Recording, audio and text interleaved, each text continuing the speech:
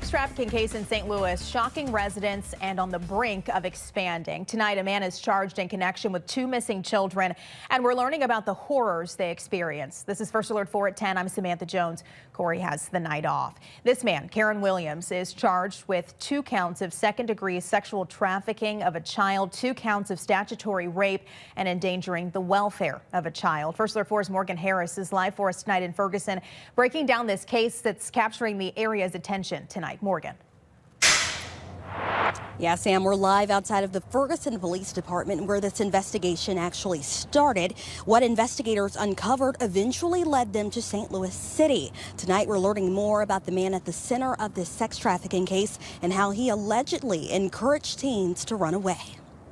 Just makes you nervous, you know, that somebody's passing you by and he's does something like that with these young girls. Gwen Morrow owns a beauty salon in the DeBoliver Place neighborhood near Forest Park. She is in shock after finding out what Ferguson police say has been happening in this apartment building near her business. It's a real sexual predator. Thursday afternoon, Ferguson police announced the arrest of the man they call a sexual predator, 29-year-old Karen Williams.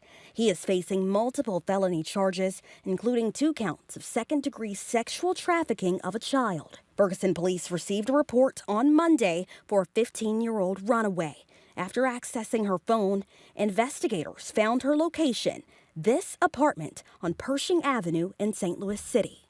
The door opened and we located not our missing juvenile alone, but we found a missing juvenile from St. Louis City that was reported missing for almost a year. Investigators tell us both the 15-year-old and the 16-year-old they later found were both reported missing runaways. Court documents reveal Williams paid the young girls money in exchange for sex. This person paid for sexual favors all the way up to $500. Police say by accessing the 15-year-old's phone, they determined he encouraged her to run away.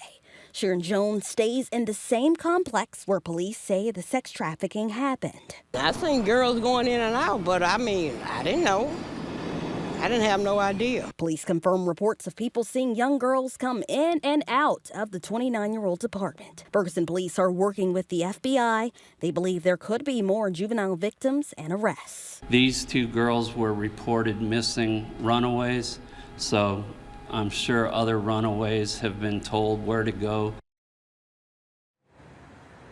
Now, we did do some digging into Williams' background. It showed a series of traffic offenses, but no previous arrests. Again, like police said, there may be more victims. If you have any information, you're asked to call Ferguson Police. Live in Ferguson, Morgan Harris, First Alert 4. All right, Morgan, thank you. A case will continue to follow. Tonight, we are hearing from the Healing Action Network. It's an organization aimed at helping sex trafficking victims, and they clued us in on some signs that someone is being abused.